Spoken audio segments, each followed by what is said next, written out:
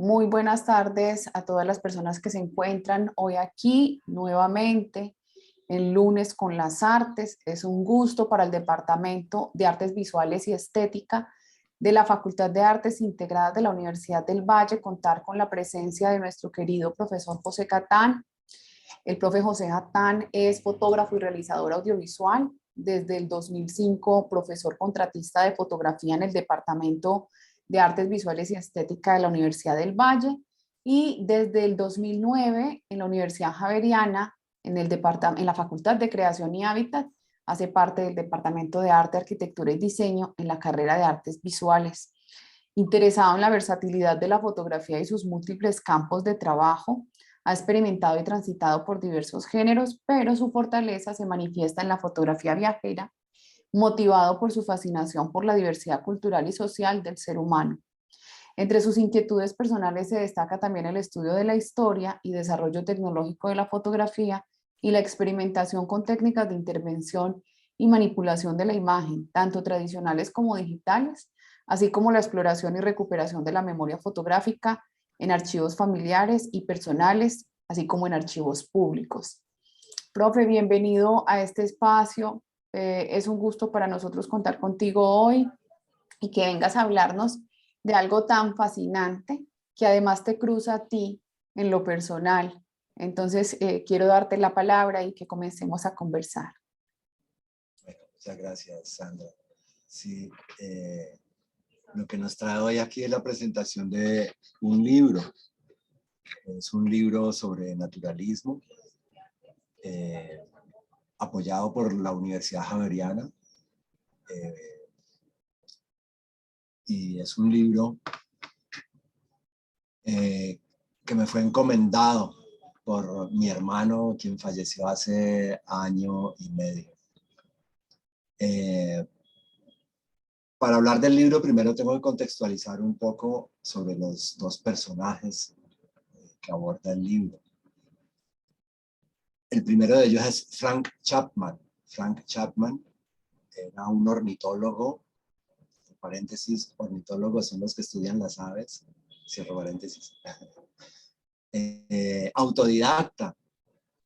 El señor Frank Chapman nació como en las últimas décadas del siglo XIX y vivió hasta mediados del siglo XX. Era hijo de un banquero y él de joven trabajaba en el banco de su padre. Pero su mamá era música, es decir, era una practicante de música. Es que la mamá era música, suena gracioso. Era una mujer que hacía música. Y digamos que por el lado de la madre le llegó a él como el aprecio por la estética, por la belleza, por la naturaleza, porque la madre además también jardineaba y apreciaba mucho la naturaleza. Desde muy joven, entonces, Chapman se interesó por la naturaleza, en particular por las aves, y empezó a aprender solo, al punto de que llegó a ser el director de la sección de ornitología del Museo Americano de Historia Natural durante varias décadas. Y a partir de allí fue promotor de una gran difusión sobre el conocimiento sobre las aves y muchos proyectos de investigación, entre ellos unos que realizó en Colombia entre 1911 y 1915. Resulta que a Europa y Estados Unidos llegaban muchas aves provenientes del sur del planeta, de las partes del sur, en particular de Latinoamérica y muy en particular de Colombia. Voy a mostrarles aquí un momentico unas imágenes, porque esas aves, tristemente, llegaban como ornamento de sombreros. En la segunda mitad del siglo XIX y buena parte del XX, se usaba tener sombreros con aves completas. Aquí este es el sombrero, y el sombrero estaba ornamentado con un ave ahí adosada al sombrero, ¿no?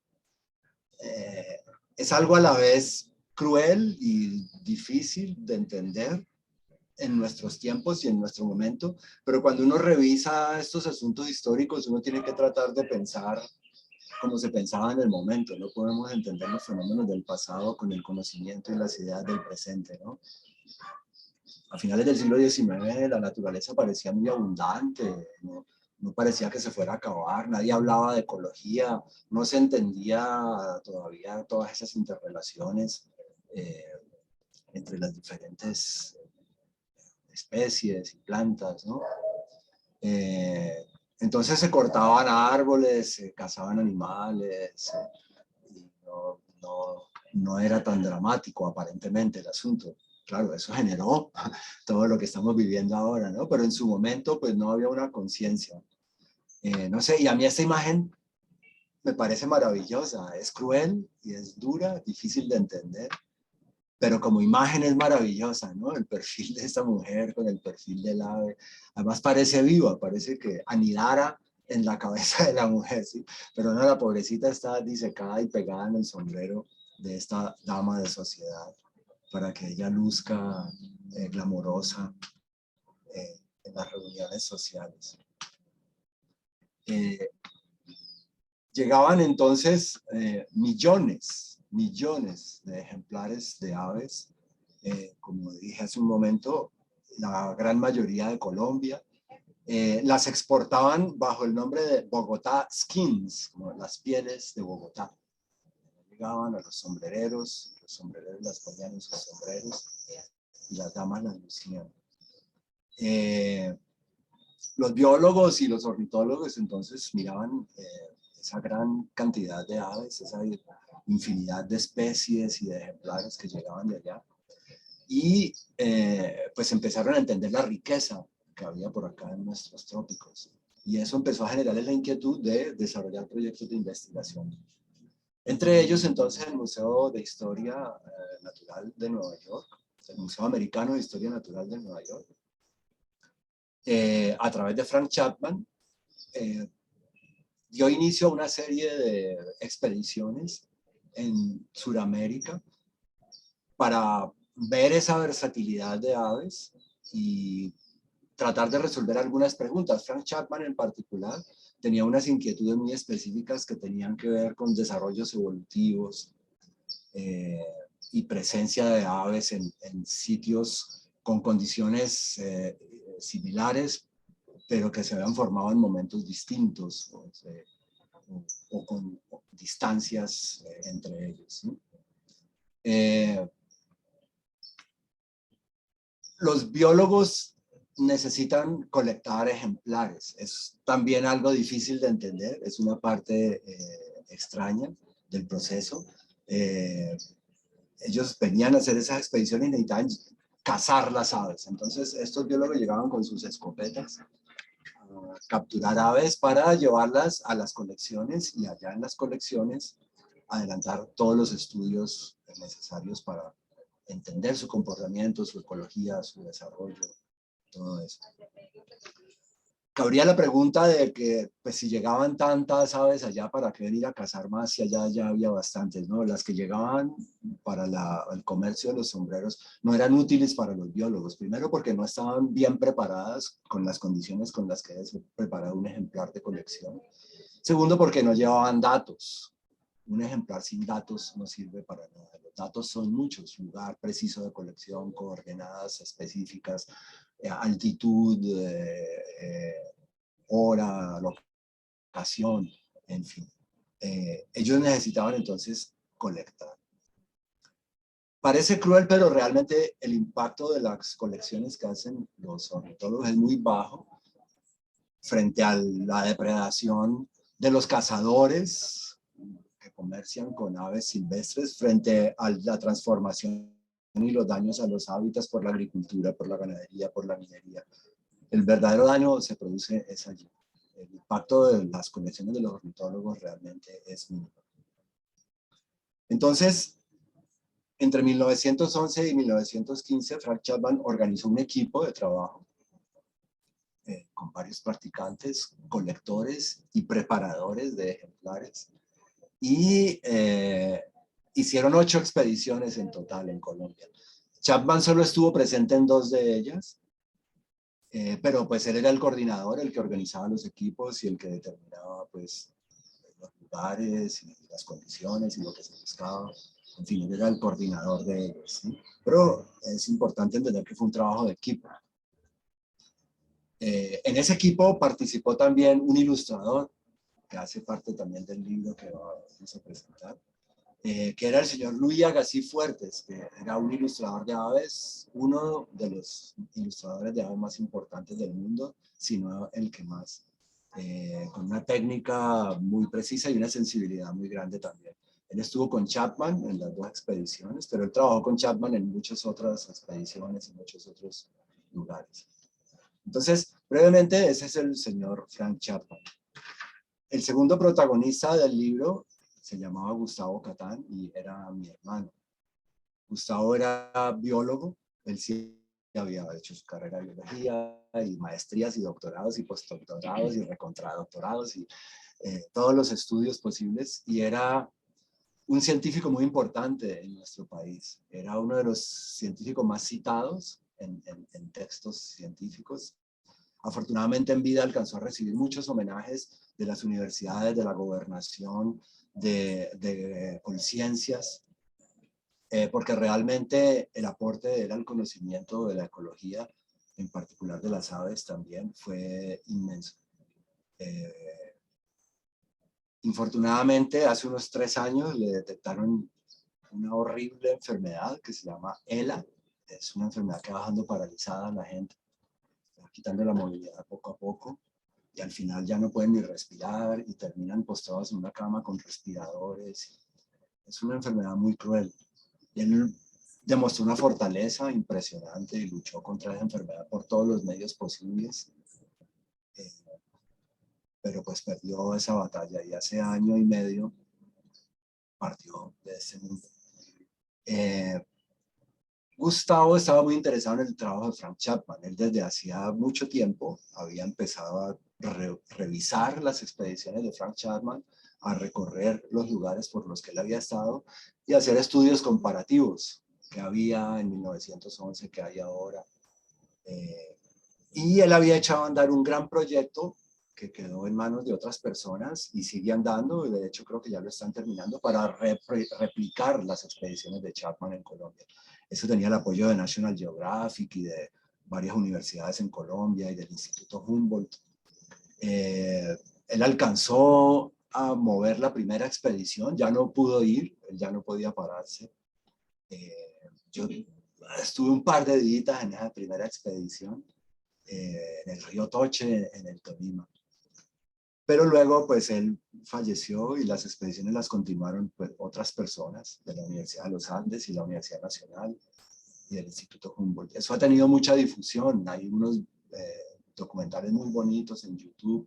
Ha salido en el New York Times. Es un proyecto de mucho impacto. Y ellos le han dado una orientación muy bonita que ha involucrado a las comunidades y a los estudiantes. Bueno, el hecho entonces es que Gustavo quería escribir un libro sobre Frank Chapman, pero además él quería dar un vuelco. Él llevaba 40 años en el mundo científico, escribiendo artículos científicos y libros científicos en el lenguaje académico y en el lenguaje científico. Y él quería llegar a una literatura científica, pero literaria. Él quería escribir de un modo que fuera comprensible para todo el mundo. Él tenía algunos referentes que él admiraba, entre ellos un señor que se llama Bernd Heinrich, que es un señor fantástico. Yo lo miro ahí por YouTube, yo no lo conozco, y la verdad nunca he leído un libro de él, pero sí he visto muchos documentales y entrevistas de él en YouTube. Es un hombre que hace justamente eso, entiende profundamente la naturaleza y la ecología, pero escribe textos amenos, accesibles a todo el mundo, no en el lenguaje científico, no los datos y estas cosas que son importantes. No es que estemos diciendo que eso no sea importante ni que no haya que hacerlo, pero eso se mueve allá en el mundo académico, y para los que no somos biólogos, científicos, pues esos libros de pronto no nos dicen mucho, nos aburren, muchos datos, muchos gráficos, muchas cosas que a nosotros no nos aclaran nada. a nosotros nos interesan más escuchar las historias, las relaciones que se dan entre las distintas especies. Entonces Gustavo quería hacer eso y este proyecto era su primer paso en esa búsqueda. Entonces, como él ya no podía moverse, ya no podía mover las manos, estaba limitado a una silla de ruedas, él me propuso que le ayudara. Y dije, pues claro, por supuesto, con mucho gusto. Y yo era eso, nada más su ayudante. Yo tecleaba en el computador, le pasaba los libros, revisaba, le leía, pero era simplemente un ayudante. El trabajo con él era supremamente lento, pues. Entonces, pues se logró avanzar un poco, pero no mucho. Él alcanzó a escribir una introducción, una justificación sobre las colecciones de aves, un pequeño panorama sobre las aves en Colombia. Y alcanzamos a revisar las 3 primeras expediciones de Chapman. La primera más, la segunda un poco menos, la tercera menos.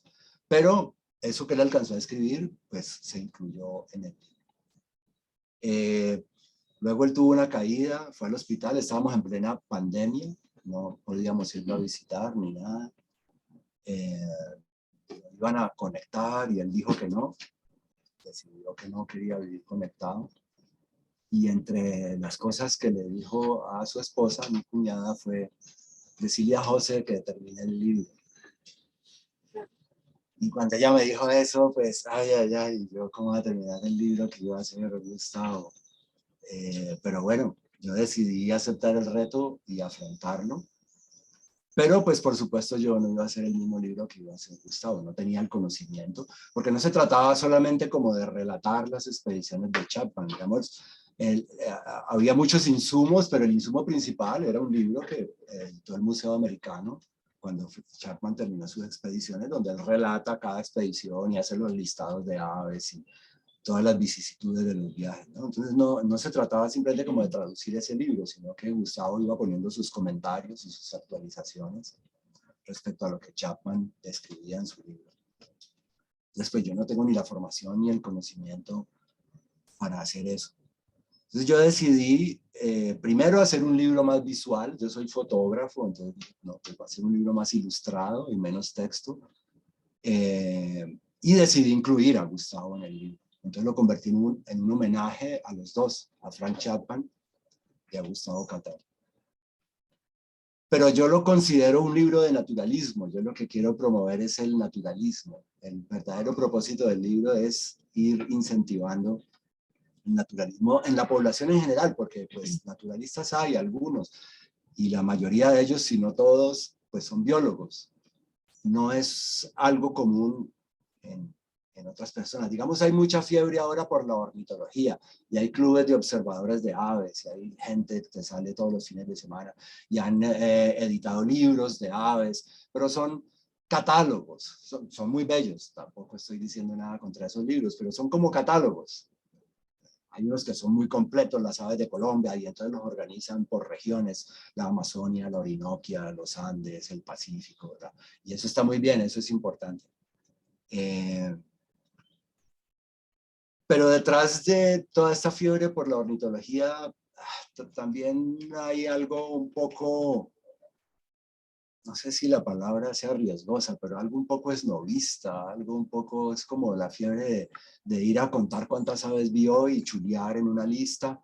Hay anécdotas, por ejemplo, de los guías, porque hay gente que se ha especializado en hacer guianzas para observadores de aves, de alguien que viene desde Alemania, paga un pasaje desde Alemania a buscar un ave en particular y ha reservado 3 días de hotel en Colombia, en Bogotá o en Cali, en Medellín, donde sea.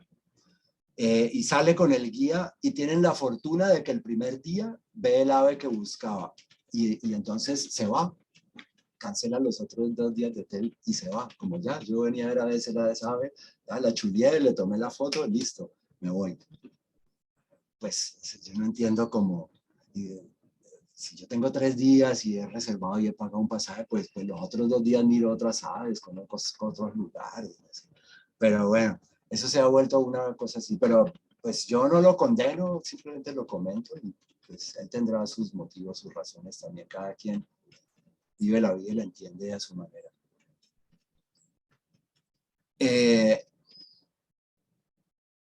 Entonces justamente la idea es incentivar más la observación, el disfrutar, el ver el comportamiento, el ver qué es lo que está pasando, el quedarse allí en silencio, mirando, observando, esperando a ver qué pasa. No como a la búsqueda de algo específico y cuando ya encontré eso específico ya no me interesa nada más, sino que allí hay muchísimas sorpresas cuando uno camina por un bosque, por un humedal, incluso por un desierto. Uno tiene que estar abierto a las sorpresas, a lo que va a estar allí, a lo que va a descubrir en ese camino. Bueno, entonces ellos son los dos protagonistas del libro. Entonces lo que voy a hacer es mostrarles cómo está organizado el libro. Tiene dos partes entonces, una sobre Frank Chapman, otra sobre Gustavo Catán. De todas maneras hay unos textos, yo escribí algunos textos y convoqué a algunas personas, mi cuñada por supuesto, escribió un texto muy emotivo y muy bonito para la parte de Gustavo, y dos biólogos, pues investigadores importantes, con espíritu naturalista, uno el director de la carrera de biología de la Universidad Javeriana, que es Mateo López, escribió el texto introductorio, y gracias a él el libro está impreso y existe físicamente, porque él se enamoró del proyecto, se apersonó de él y consiguió el presupuesto para pagar el diseño y la impresión de altísima calidad. Lo imprimieron en Carvajal y vale el dicho, no sé si los jóvenes conocieron esa propaganda de Carvajal hace las cosas bien. Realmente Carvajal hace las cosas bien, para que ese libro quedó impecable. Y el otro es Daniel Cadena, que es el decano de Ciencias de la Universidad de los Andes. Ambos fueron alumnos de Gustavo. Creo que a ambos Gustavo les dirigió los trabajos de grado. Y ambos se enamoraron pues del proyecto y aportaron gustosamente para darle vida. La parte de Chapman entonces tiene un texto de Mateo, un texto de Daniel, los textos que Gustavo alcanzó a escribir sobre Chapman y sus expediciones, y alguna cosa que escribí yo también. Y está soportado visualmente en fotografías de archivo fascinantes, ya las van a ver. La mayoría tomadas por Chapman o por miembros de las expediciones que nos facilitó el Museo Americano de Historia Natural.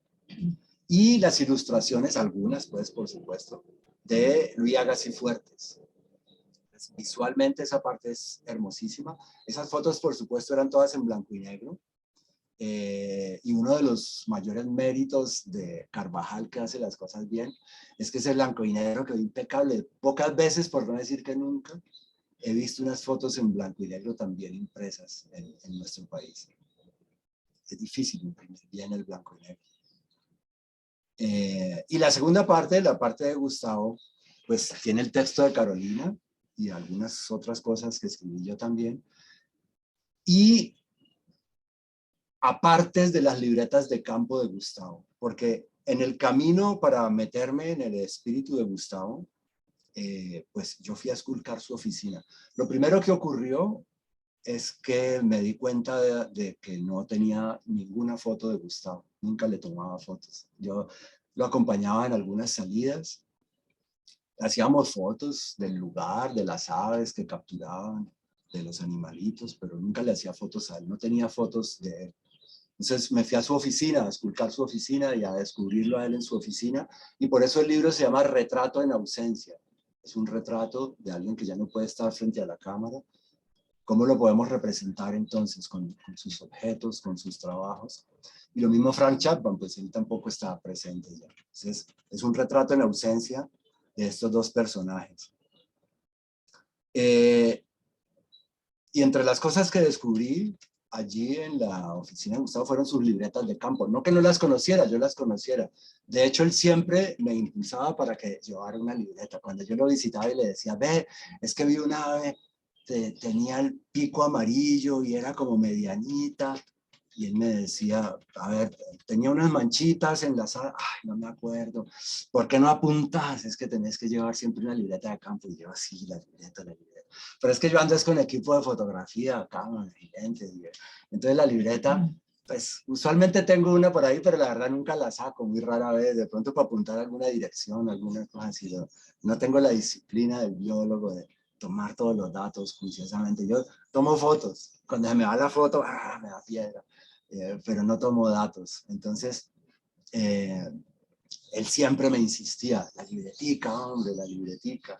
Y me vine a dar cuenta de que él llevaba 40 años con sus libretas. Eran varias cajas de sus libretas de campo, más las de sus estudiantes, más las de sus asistentes, más las de la gente que trabajaba con él en los proyectos. Tenía cajas y cajas y cajas llenas de libretas de campo. Un material valiosísimo. Entonces yo me puse a hurgarlas de él y extraje pues algunos apartes, porque editarlas todas serían yo creo que varios volúmenes. Extraje algunos apartes en los que yo trataba justamente de encontrar esa evolución en su lenguaje, en su manera de llevar los datos, en sus preguntas, en los temas de su interés. Y entonces decidí que la parte de él se expresaba a través de sus libretas de campo. Él le gustaba mucho dibujar, dibujaba bastante bien, yo sí nunca aprendí a dibujar. Entonces, también, perdón, incluimos algunos de sus dibujos y sus ilustraciones de aves y de plantas y de ranas. Y esa parte tiene pues fotos mías, fotos que yo tomo también pues de aves. La mayoría de esas fotos tomadas aquí en el balcón de mi casa. Yo aquí tengo se va de pues, un platico de alimentación para aves y ellas llegan y yo les hago fotos aquí. Otras en los alrededores, casi que todos los días salgo por ahí, siempre llevo la cámara.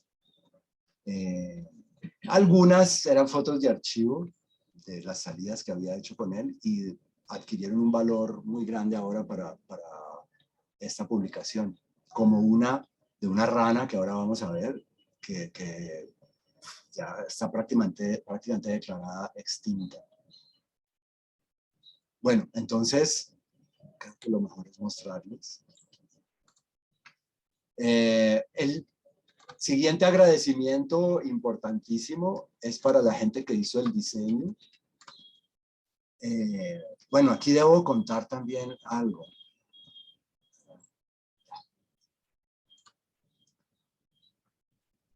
Al comienzo yo quería hacer un libro de artista.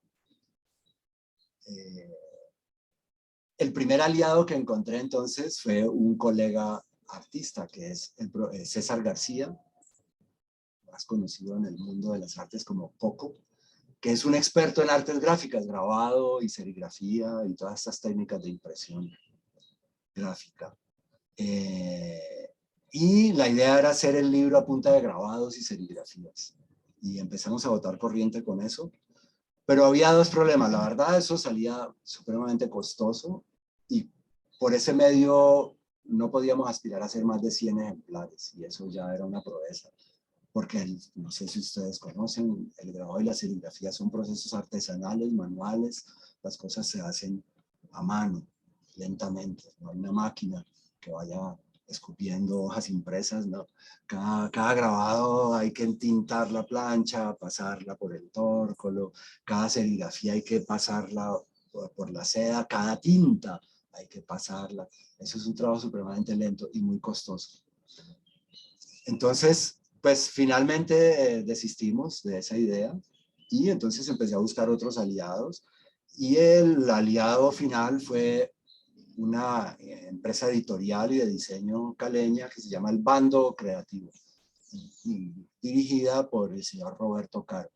Roberto conocía a Gustavo y había hecho varios trabajos de libros divulgativos y entonces él se enamoró del proyecto también. Y él colaboró, pues, de una manera impresionante, ¿sí? Y pues salió un diseño espectacular de ese libro. Entonces ahora sí voy a compartir. Bueno, Esta es la portada, pues portada y contraportada, ¿no? Esto sería el lomo. Aquí está el libro así abierto. El libro se llama Retrato en ausencia, Frank Chapman, Gustavo Catán, un siglo de investigación y difusión de la avifauna colombiana. Y aquí les voy a presentar el libro. Bueno, las páginas introductorias, formales. Lleva el sello de la Javeriana, porque el sello editorial Javeriano y la carrera de biología fueron los que apoyaron económicamente el proyecto, ¿no? Bueno, créditos y tal. Índice. Y aquí empieza la parte de Frank Chapman. La única foto que tenía de mi hermano es esta. La extraje de un retrato de familia. Alguna vez le hicimos un retrato de familia a él con su esposa y con un perrito que ellos tenían. Ellos no pudieron tener hijos. Entonces de allí pues saqué su rostro y que lo representa perfectamente. Esa sonrisa y esa mirada jovial lo caracterizaron hasta el último día de su vida. Él ahí postrado en su silla, en su inmovilidad, seguía siendo una persona humilde, batalló de un modo increíble y seguía lleno de proyectos. O sea, eso desfilaban los estudiantes y los colegas todos los días. Era una de las causas por la que nuestro trabajo era lento, porque nosotros teníamos un cronograma de trabajo, pero con frecuencia él me decía, hoy no vamos a poder trabajar porque vienen unos estudiantes y que les estoy ayudando en su tesis de grado. Entonces, seguía dirigiendo tesis de grado, seguía moviendo proyectos, lanzando proyectos desde esa inmovilidad en la que estaba. Entonces, el libro comienza con este texto que es el de Mateo López. Ya les dije, es el director de la carrera de biología en la Javeriana. Mateo pues presenta el libro y presenta a Gustavo y presenta a Frank Chapman. Y luego entonces empieza aquí la parte de Chapman. Empieza con un texto que escribí yo, donde narro esta situación de tener que buscar a Gustavo en sus lugares de trabajo, en sus objetos. Entonces, arranca con esta foto donde hay un portarretrato que él mantenía en su oficina. Ahí está él con su director de doctorado. Él es una de las personas más apreciadas por él y esta era una de las fotos también más apreciadas por él. Entonces fue una búsqueda, es como un retrato post-mortem, es una búsqueda de alguien que ya no está y uno lo va descubriendo. Entonces empecé a abrir sus cajones, a sacar sus instrumentos de trabajo, sus colecciones.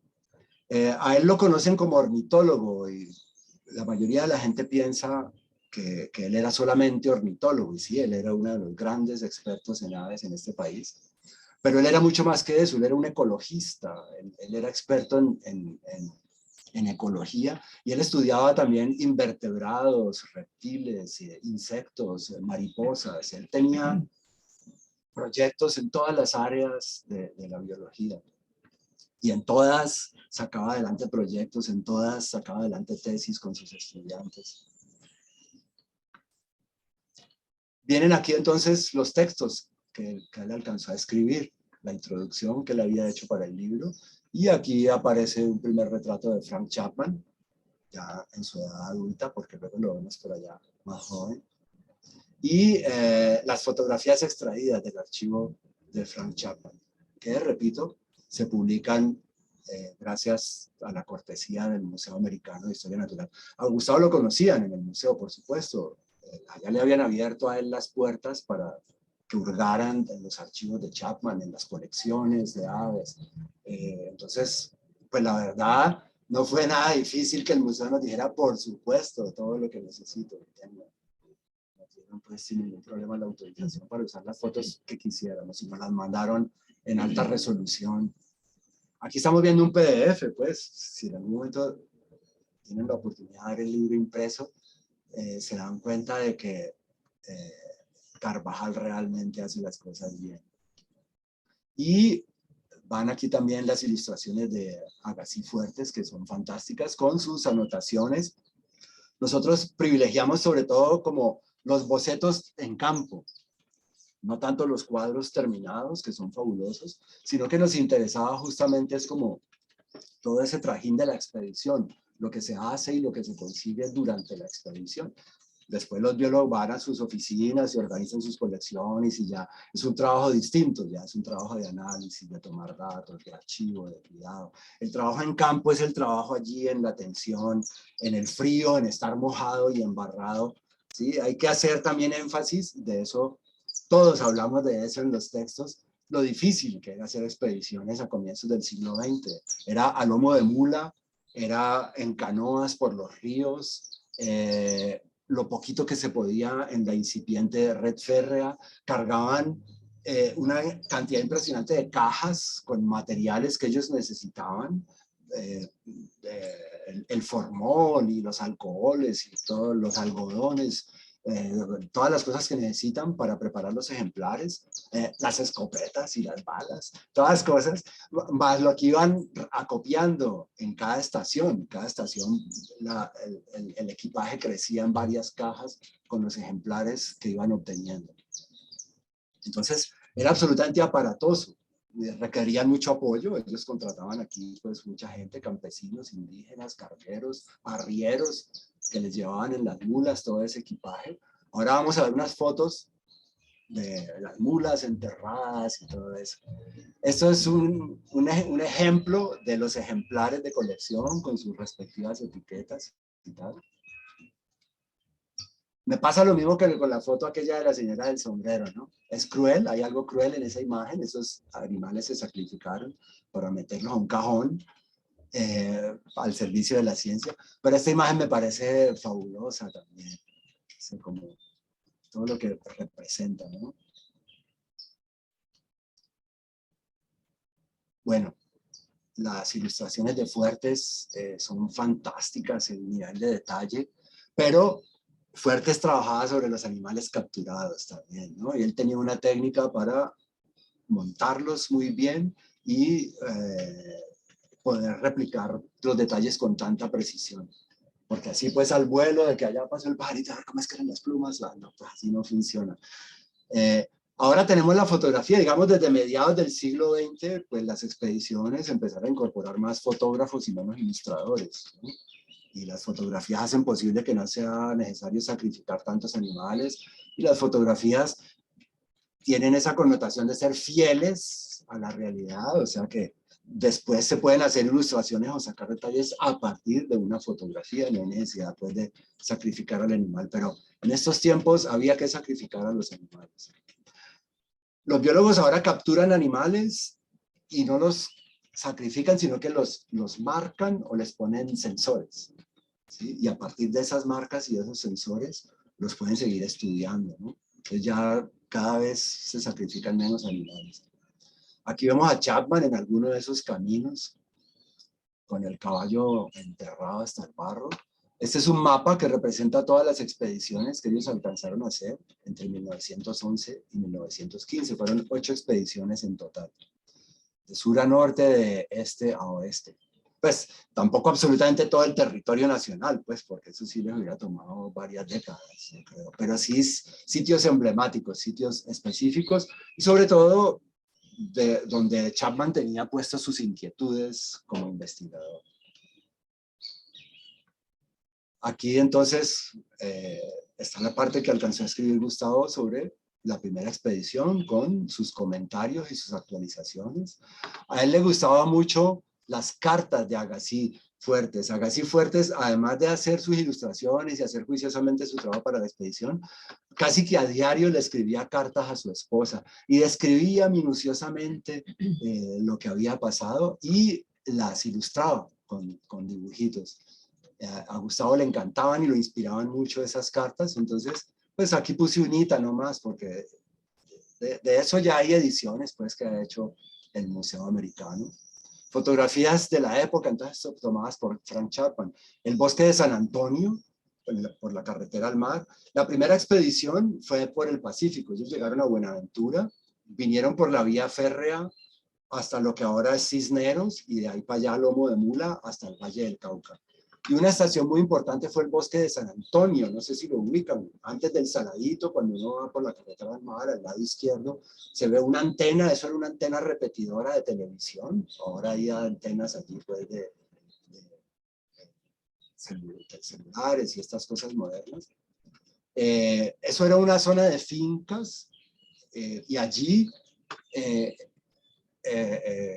trabajaron mucho ellos, incluso uno de ellos que se llamaba Leo Miller estuvo un año entero ahí en San Antonio, dejó una cantidad impresionante de información sobre la avifauna en San Antonio. Y el primer trabajo que hizo Gustavo a partir de las expediciones de Frank Chapman fue en San Antonio. Cuando se cumplieron 80 años de las expediciones de Chapman, él fue a hacer una revisión en San Antonio y el resultado fue deplorable, pues, la cantidad de especies que ya no estaban. Sin embargo, ahora han vuelto allá al lugar y muchos de los finqueros han optado por cuidar los bosques, entonces se ha recuperado muchísimo y han vuelto. No todo es tan horrible cuando hablamos de estas cuestiones de ecología. Hay lugares que se recuperan y este lugar es uno de ellos. Se ha recuperado pues bastante, no al 100%, pero bastante.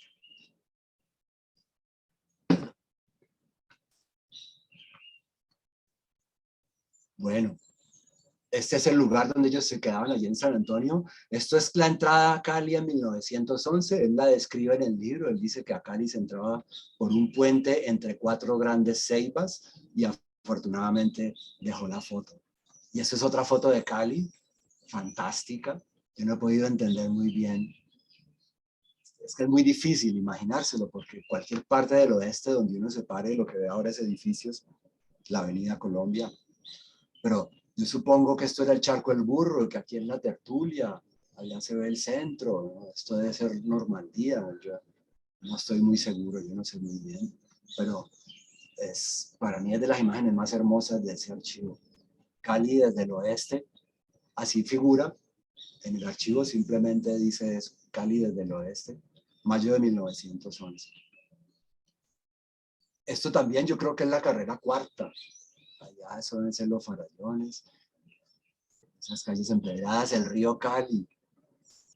Y esta es una imagen un poco extraña, porque es una foto del bosque de San Antonio y sobre ella Luis Agassiz ha dibujado unos trogones, unos quetzales. Entonces la imagen es extraña porque uno no está seguro si es dibujo, si es fotografía, y después se da cuenta que es las dos cosas. Bueno, plantas que todavía se ven, estas aráceas de hojas gigantescas. Ellos luego recorrieron el Valle del Cauca era muy importante para Frank Chapman, él por eso arrancó por acá.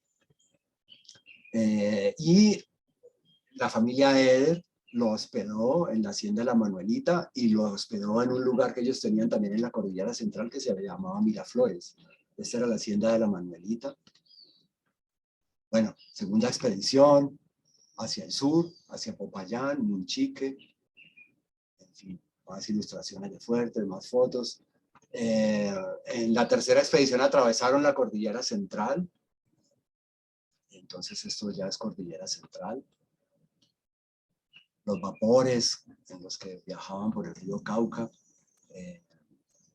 como les decía hace un rato, ellos usaban pues los medios de transporte de la época, que eran las mulas por trochas, las canoas o barcos de vapor por los ríos y lo poquito que había de vía férrea. Esto es en el Tolima, esta foto también es fantástica, es mi segunda favorita. Esta foto tiene una profundidad impresionante acá, estas mulas subiendo por este sendero, este risco y toda esa profundidad de ese cañón del río Toche. Esto es muy lindo, ¿no? Aquí empieza el texto de Daniel Cadena, y Daniel habla pues sobre las expediciones y hace el comparativo en cómo se hacían las expediciones a comienzos del siglo XX y cómo se hacen ahora. Pues ahora, por supuesto, hay muchas más comodidades, muchas más herramientas, guías de campo, herramientas tecnológicas, en fin. Pero algo que dice Daniel allí es que estas expediciones de comienzos del siglo XX suenan maravillosas, pero tenían ciertas cositas. Por ejemplo, eran cosa de machos, ahí no había mujeres para nada en esas expediciones, todos eran hombres, y eran unas expediciones extractivistas, es decir, la información se iba, la colección está en Nueva York, la información está en Nueva York, si algún estudioso colombiano quiere saber sobre las expediciones, tiene que ir a Nueva York. ¿Sí? Bueno, ahora las cosas están digitalizadas y puede aproximarse un poco allí por las páginas, pero si quiere ver la colección, tiene que ir a Nueva York. Entonces, un componente importante que resaltan ellos en sus expediciones ahora es que involucran muchas mujeres, involucran a los estudiantes y los involucran como coautores e involucran a las comunidades y siempre tratan de dejarle algo a la comunidad. Formación en guías de turismo de aves, por ejemplo, reconocimiento de la riqueza pues, natural de los lugares, en fin. Bueno, aquí está Frank Chapman con su escopeta. Una foto muy linda también, pero también cruel. Todas estas fotos tienen la crueldad y la belleza en la misma imagen. Yo escribí un texto para esta parte, porque como Gustavo solo alcanzó a tocar las 3 primeras expediciones, a mí me pareció importante que el libro tuviera por lo menos un pequeño resumen de las otras 5. Entonces aquí yo hago un pequeño resumen de las 8 expediciones, los participantes, el recorrido y como los detalles más importantes.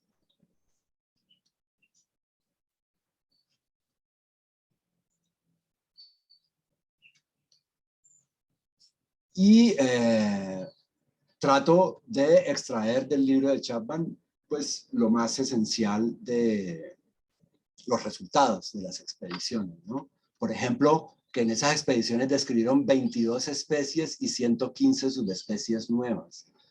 Colectaron 1.285 especies de aves pertenecientes a 61 familias diferentes. Es decir, los resultados de esa expedición fueron pues importantísimos, ¿no? Esas 8 expediciones.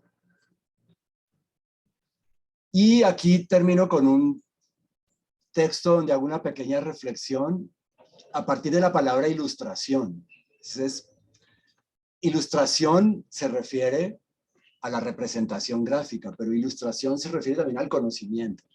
Es a partir de esa pequeña reflexión sobre ese doble sentido de ilustrar, de ser ilustrado, doy pie para presentar las biografías de Chapman y de Agassi Fuertes, que trabajaban y se nutrían conjuntamente. El ilustrado y el ilustrador, ¿sí?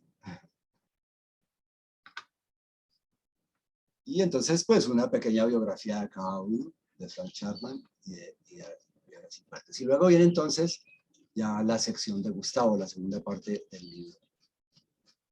Comienza pues con el texto de su esposa, un texto muy bonito, muy emotivo. Y aquí hubo un trabajo muy bonito con ella y con los otros 2 biólogos, para que entendieran los deseos de Gustavo, para que entendieran el propósito de este libro y se liberaran del lenguaje académico. Ellos empezaron pues a imaginarse estos textos como si los estuvieran escribiendo para una revista indexada. Y yo les insistía, no, aquí tienen que escribir desde el corazón, olvídense de los datos, olvídense de los gráficos, olvídense. Esto es del corazón. Y fue un trabajo muy bonito con ellos y lo lograron. Así como yo tuve que ceder en muchas cosas y aprender muchas cosas, y por supuesto aprendí muchas cosas de ellos, y Carolina particularmente me hizo aterrizar muchas cosas, ellos también tuvieron que ceder y finalmente todos escribieron unos textos muy, muy bonitos. Esta imagen es una imagen de un libro de Bernd Heinrich y en colaboración con Nathaniel Wheelwright, que es un libro sobre naturalismo. Es un libro para promover el naturalismo, es un libro que enseña a observar, enseña a tomar datos, enseña a llevar una libreta de campo. El libro mismo puede usarse de libreta de campo. Yo no lo tengo, este era de Gustavo, pues ahora lo tiene su esposa, pero puse una foto aquí, además porque es un libro que estaba dedicado, era uno de sus mayores tesoros entre los tantos tesoros que él tenía ahí en su oficina. Aquí vuelven a aparecer entonces fotos de las que tomé en su oficina y ya pues las fotos que yo tomo de aves. Algunas eran de archivo, esta foto tiene más de 30 años. Todas tienen que ver, por supuesto, con lo que va diciendo el texto. Carolina va hablando de los proyectos de Gustavo. Este es un proyecto que él hizo con el Carpintero de los Robles, que fue como uno de sus primeros proyectos importantísimos de reconocimiento mundial por los descubrimientos que hizo. Él trabajó mucho con cucaracheros y chamones. Los chamones parasitan los nidos de los cucaracheros.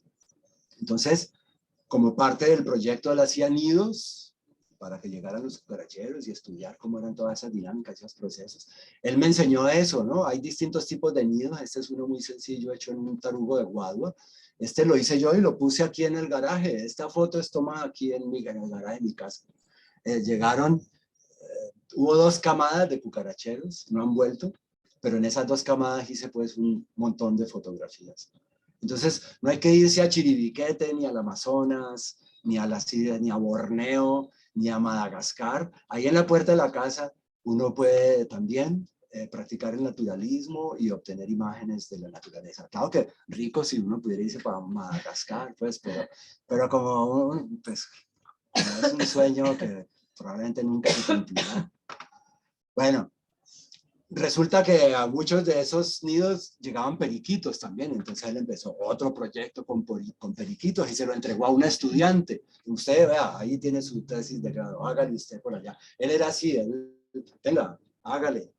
Y él acompañaba, por supuesto, pero él le entregaba todas esas ideas a los estudiantes. Esta es por aquí cerquita, un periquito comiendo frutos de un guásimo.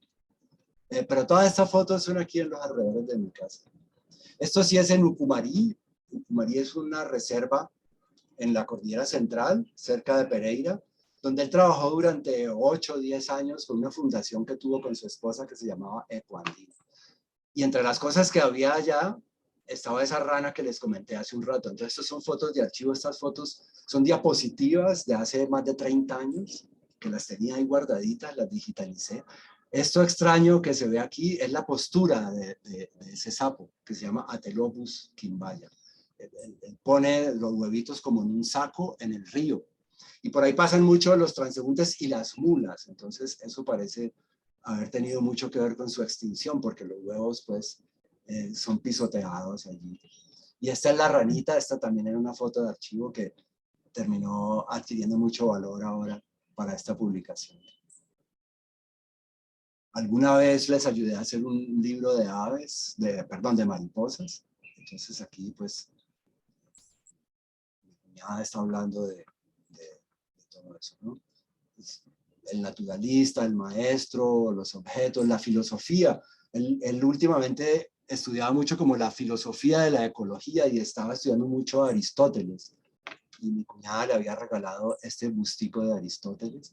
Entonces le hice este retrato póstumo, post-mortem a Aristóteles. Una representación de una representación de Aristóteles. Bueno, el sombrerito de Gustavo ahí en su oficina. Y yo escribo también aquí un texto sobre las libretas de campo. Entonces, cuando yo empiezo a mirar esas libretas de campo, las entiendo desde 3 componentes. Las entiendo en su contenido. El contenido de las libretas de campo es importantísimo, particularmente para los biólogos y los estudiosos. El contenido, pues, son datos, descripciones, mapas, ilustraciones, dibujos, y eso es importantísimo, por supuesto. De hecho, es lo más valioso, ese contenido. Pero yo las veo también como objetos son bellísimas, la libreta misma, su papel, el olor a viejo, el olor a humedad, porque son libretas que caminaron por las trochas de los bosques y de las selvas, se humedecieron, y además cómo van cambiando sus formas, los papeles, las portadas, el argollado o el pegado, ¿sí? Por ejemplo, aquí se ven unas argolladas, otras pegadas. Esto eran libreticas de contabilidad, y para él eran perfectas porque eran pequeñas y tenían líneas, ¿sí? Entonces, eran muchos tipos de libretas. Las atesoro entonces también como objetos, pero las atesoro también en su valor icónico. Uno la abre y más allá del contenido, es una imagen, ¿sí? Su letra, sus tablitas, sus dibujos, sus apuntes, eso tiene un valor visual también. Entonces, pues, eso es lo que expongo aquí en este texto, que esas libretas, yo les veo ese triple valor. Y empieza aquí entonces la transcripción de sus libretas desde 1979, algunos apartes, por supuesto, insisto, detalles que a mí me parecían importantes y que iba encadenando. Estas eran sus ilustraciones. Ahora, yo quería hacer esta parte imprimiendo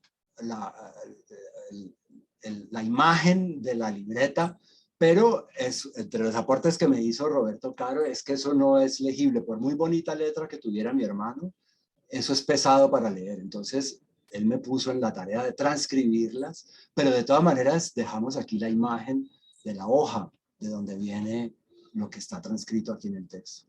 Y lo acompañamos pues con fotos que he tomado yo. Esta garza real también aquí en la vueltica de mi casa, parada en un Chimilango. Gavilán allí al frente, allí en el parque. Bueno, en fin.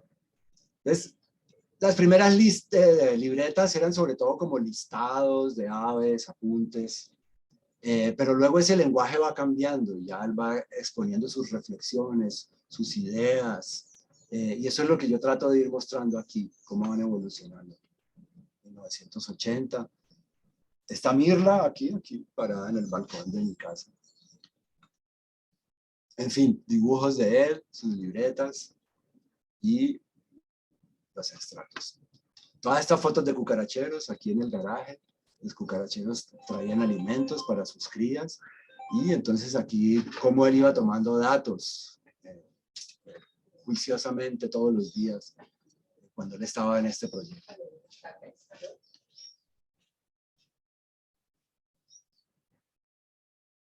Bueno, vamos avanzando en el tiempo, las libretas pues se van enriqueciendo. Estas perdices, por ejemplo, cuando estábamos en plena pandemia, en el encierro tenaz del año pasado, empezaron a aparecer los animales por aquí y esta familia de perdices iba caminando allí por el andén del frente. Yo le hice unas fotos acá desde el balcón y después bajé y las perseguí un ratote. Muy difícil, pues, la verdad. Logré apenas como una o dos fotos más o menos decentes, entre ellas esta foto. Esta también era una foto de archivo de allá de Ucumarí. Yo antes usaba otra técnica que era meter el ave en un cambuche. Como yo salía con mi hermano y ellos ponían sus redes y capturaban las aves y tal, yo las metía en un cambuche y les hacía fotos ahí. Eso es una técnica muy usada y muy vieja, pero a mí nunca me fue muy bien con esa técnica. La verdad, muy pocas fotos rescatables. Se notaba mucho ahí como lo falso de todo eso. Y la cosa era un poco cruel, ¿no? Porque pues la avecita se estresaba allí, insistiendo, esperando a que tomara una pose adecuada para la foto. Entonces ya no lo hago así. Ahora el que se esconde soy yo.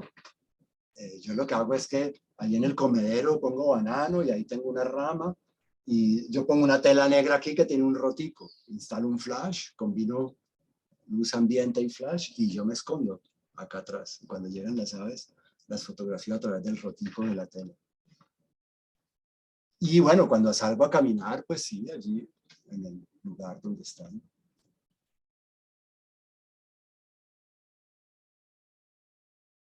El aporte del diseño del bando, pues, a mí me parece fabuloso.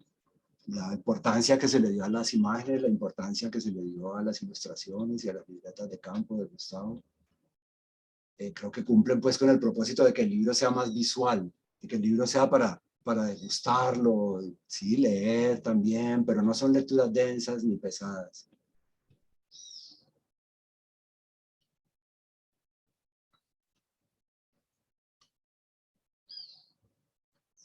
Bueno. En fin, entonces, pues este es el libro. Ya no, es que no sé qué hora es, creo que me estoy extendiendo mucho, ¿cierto? Son las 3 en punto, profe, súper Ay, puntual. ay, bueno, apenas. Bueno, Por ahí hay una Bueno, mano levantada. sí, por aquí. Dale, dale, Sandra, perdón. No, no.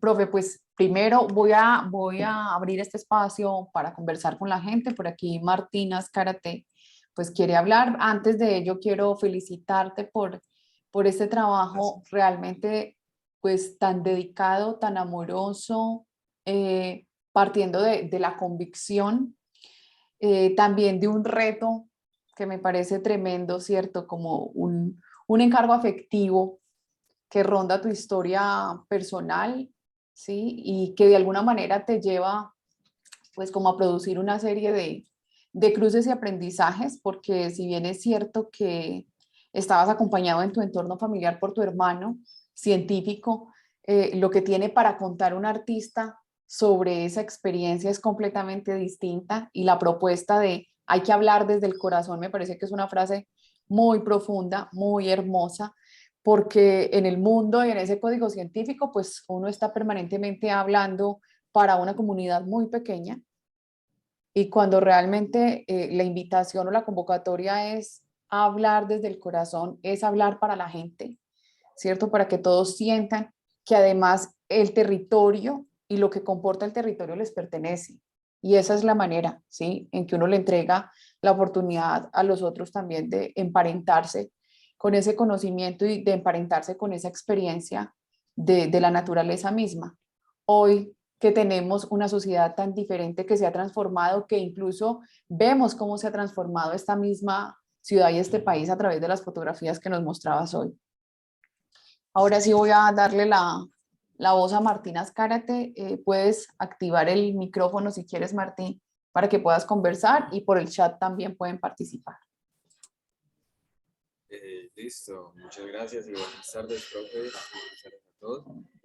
Agradecerle al profe pues, por compartir esa información como tan de primera mano y tan importante en ese proceso creativo de la obra pues, en honor a su hermano y a Chapman. Yo tengo dos preguntas. Una directamente, pues primero que todo, ¿dónde se compra el libro? ¿Dónde se puede conseguir? Y por otro lado, este ya es más un chisme. Sí, profe, es que esa expedición es bio, alas, cantos y colores y que tiene que ver con Gustavo Catán. No sé si de pronto sabes un poco, Sí, sí. que me comentes ahí, que ando como perdido. Bueno. Bueno, respecto al libro, pues tengo unos cuantos. La Javeriana no imprimió muchos, así que no nos dieron muchos, pero todavía me quedan algunos. Eh, entonces, sí, tengo unos poquitos, así que van haciendo fila. Eh, esa expedición cogió mucho vuelo, pues es que esa expedición tuvo apoyo de Colciencias, hubo una coyuntura muy importante, mi hermano ya había conseguido un apoyo de National Geographic y de la Universidad Javeriana, él era profe en la Javeriana, él fue el primer director de la carrera de biología y ayudó a construir el programa de la carrera de biología de la Javeriana, lo querían y lo apreciaban muchísimo en la Javeriana. Pero resulta que cuando Pacho Santos era embajador, podemos encontrarlo al menos un logro en su trabajo, y es que él quiso darle un impulso al rescate de esas expediciones biológicas. Entonces, gracias a eso, en Conciencias también entendieron la importancia de ese proyecto y pusieron más dinero. Entonces, ese proyecto tuvo muy buen apoyo económico porque entiendo que pudieron replicar las 8 expediciones. Sí, creo que ya acabaron o están acabando. Ellos llevan un tiempo largo haciendo eso. Eso fue entre las tantas cosas interrumpidas por la pandemia, porque como contaba hace un rato, antecitos de la pandemia fue la primera que fue al Tolima. Esa expedición fueron como 3 semanas. Yo solo me pude pegar los 2 últimos días. Realmente yo llegué cuando los biólogos ya se habían ido. Yo me fui con el productor de campo de Gustavo, que era el que tenía que ir a pagar las cuentas de los hospedajes y los guías y todas esas cosas. Entonces yo me pegué en esos 2 días y realmente pues hice como paisaje. Las fotos de la fauna las hicieron los estudiantes, increíble. Pues ellos sí estuvieron ahí casi 3 semanas todos los días, observando, capturando aves. Hicieron unas fotos muy buenas. Y después pues vino la pandemia y todo eso, y después pues ya Gustavo se fue, y el proyecto quedó allá pues en manos de estas otras personas que lo han hecho muy bien. Pero mi sueño pues de vincularme ahí se había truncado. Entonces, pues yo no tengo un contacto directo con ellos, pero en YouTube hay por lo menos un documental muy bello, así como dijiste, es que a mí me olvida el nombre, es que Cantos y Aves de Colores, algo así. Sí, No, profe, se llama BIOS, Expediciones BIOS, Alas, Cantos y Colores. Está Alas, Cantos y justamente, Colores. Eso, sí, eso. está creo que liderada por el Instituto Don Humboldt. El Humboldt y la Universidad de los Andes y la Nacional. ¿Sí? El profe Andrés Cuervo, creo que se llama, y Daniel Cadena, que es uno de los que escribió para el libro. Entonces, pues yo no puedo decir mucho más, la verdad. He visto el mismo documental que está en YouTube. Vi que sacaron un artículo muy bonito en New York Times con fotos de Federico Ríos. Me muero de la envidia. Federico Ríos es un gran fotógrafo, pues le publican en New York Times y en National Geographic. Es un fotógrafo que camina mucho el país. Pero bueno, ese trabajo debió haber sido para mí, no para él. Pero bueno, él hizo muy buena foto para que, eso sí. Bueno, en fin, entonces, no, pues eso está ahí en YouTube, ustedes pueden consultar y allá hay mucha información y supongo que en la página de la universidad y en la página del Humboldt. O sea, eso le han hecho mucha promoción a ese proyecto. Realmente es un proyecto muy bonito y muy importante. Vale, profe, muchas gracias. No, pues a vos por haber escuchado y haber participado. Mientras alguien más se anima, profe, yo le quiero preguntar. eh, Aquí pues usted de alguna manera obra en su papel de editor también y esto pues toma una temporalidad, ¿cierto? Toma un tiempo realmente afrontar la recolección de la información. Incluso pues encontrarse tantas imágenes de archivo como las libretas, me parece muy hermoso ese momento en que se encuentran todas esas libretas, cómo descartar, ¿sí? ¿Con qué criterio descartar cuáles van y cuáles no? Ahí, ¿cómo Pues, entraste realmente a hacer esa labor? pues toma tiempo, pero la verdad no es tan difícil. Yo, la, las imágenes lo van llamando a uno y los contenidos lo van llamando a uno. Yo no sé, yo ojeando libreta por libreta y ¡pam! De pronto esta tiene que ser. Luego hay purgas y más purgas y claro, uno primero saca mucho material y después va purgando, pero claro, tiempo, eso es tiempo, sobre todo tiempo. Hay que saber para dónde quiere ir uno, porque si uno sabe para dónde quiere ir, entonces todo sirve o nada sirve, ¿sí? Pero pues yo sabía más o menos ya cómo quería ir construyendo eso. Entonces es un asunto sobre todo de tiempo, ¿sí? De mirar calmadamente. El archivo de Chapman, por ejemplo, son miles de fotos, pero no todas me parecían pertinentes para el libro, ¿sí? Uno va pasando y pasando y pasando y de pronto hay una que dice, yo voy en ese libro, ¿sí? Y uno la va sacando. Es cuestión de tiempo, no es algo difícil, es de dedicación, sí. Pero sí es clave como saber para dónde va uno, sí, eso sí, porque si no, no. Ahora, el proceso total fueron como 2 años. Yo cuento desde el primer día que me senté a ayudarle a mi hermano. Fueron como 2 años, pero no quiere decir que hayan sido 2 años trabajando todos los días de 8 a 2 y de 2 a 6. Hay unos tiempos largos en los que no pasa nada, particularmente cuando uno ya ha acumulado un material y se lo presenta al que lo va a apoyar económicamente. Ese es el tiempo más largo en el que mientras ellos allá deciden y le piden a uno más cosas y allá hay un tiempo tenso y inerte en el que no pasa nada. Y de pronto un día dicen, sí, listo, entonces lo vamos a imprimir la próxima semana. necesitamos todo el material para mañana. Y yo, ¿pero qué? ¿Pero por qué? ¿Pero por qué así? Y lo ponen a correr a uno, ¿sí? Y entonces que a revisar los textos, que a revisar las imágenes, y empiezan a aparecer errores, y empiezan a aparecer inconsistencias, y uno a corregir todo eso a la carrera. Y siempre se escapan cosas. Yo reviso y reviso y por allá siempre escapó una palabra mal escrita, o al transcribir se comieron una palabrita. Siempre hay cosas que se escapan, ¿no? Y pasó por un montón de miradas, porque en el bando tienen su propio corrector de estilo. La universidad se lo mandó a 2 pares académicos a que lo miraran para que lo aprobaran. Y luego cuando ya lo aprobaron en el sello editorial, pasó por otra persona que también hace revisión y corrección de estilo. Más las revisiones que hace uno mismo y tal. Y así todo, siempre escapa por ahí algún errorcito. Pero bueno, en términos generales creo que el libro quedó impecable y muy bien hecho. Entonces, pues como 2 años desde que surgió la idea hasta que estuvo impreso, pasaron por ahí 2 años. Yo me había hecho la ilusión de tenerlo en diciembre del año pasado, pero ese era muy iluso. Después el siguiente propósito era tenerlo en mayo, que era el primer aniversario del fallecimiento de mi hermano, pero tampoco fue posible. Salió hace como un mes y medio, ya impreso, pues. Y finalmente la universidad solo imprimió 500 ejemplares. Eran pues muy pocos, la verdad. Yo quería muchos, pero muy pocos. Yo no creo que ellos lo vayan a sacar a la venta, ellos lo están repartiendo internamente. Ya hubo una repartición para estudiantes egresados, que la mayoría fueron estudiantes de Gustavo.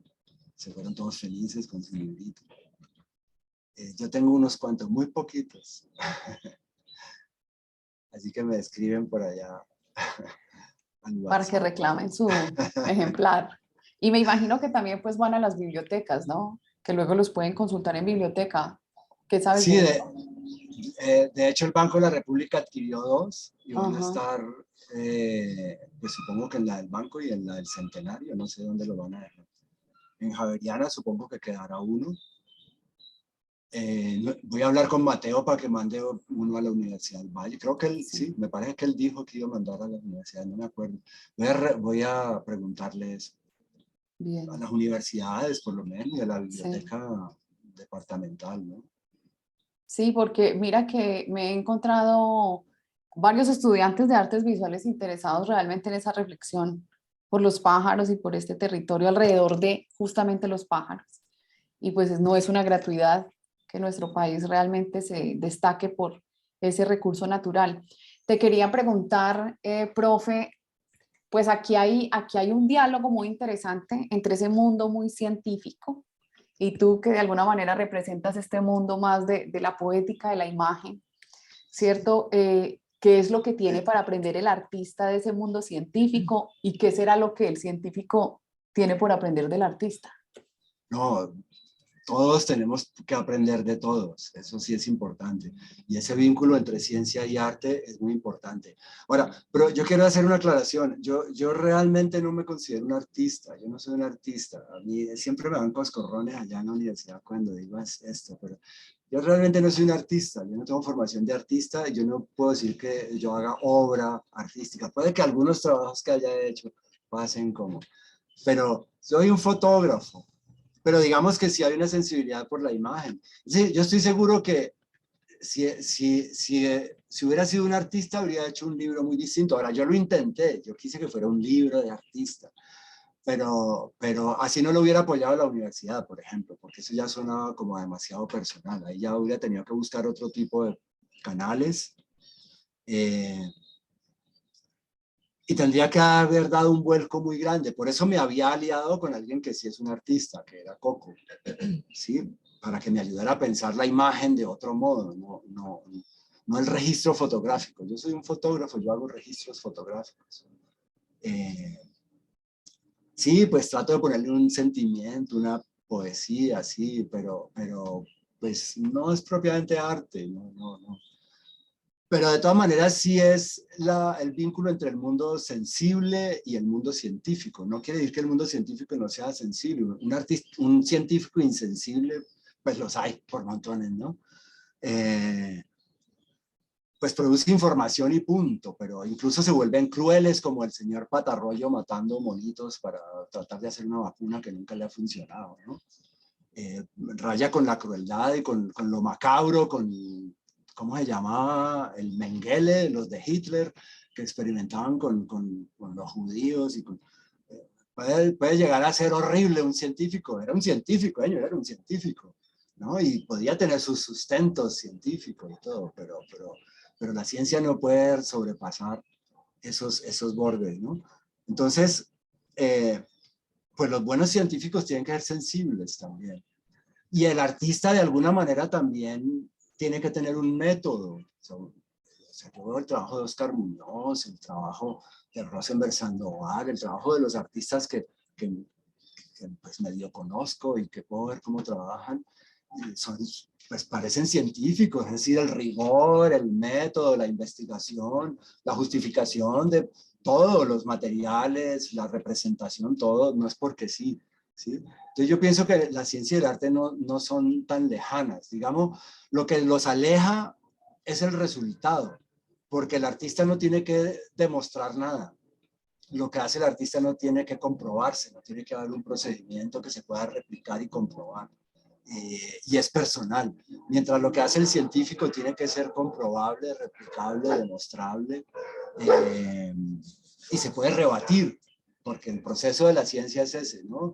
Descubrimientos que dominan un tiempo, pero después resulta que no era tan así, y se encuentran nuevos procedimientos para rebatir, o modificar, o contextualizar esos descubrimientos anteriores. Entonces la ciencia se revisa a sí misma todo el tiempo, ¿no?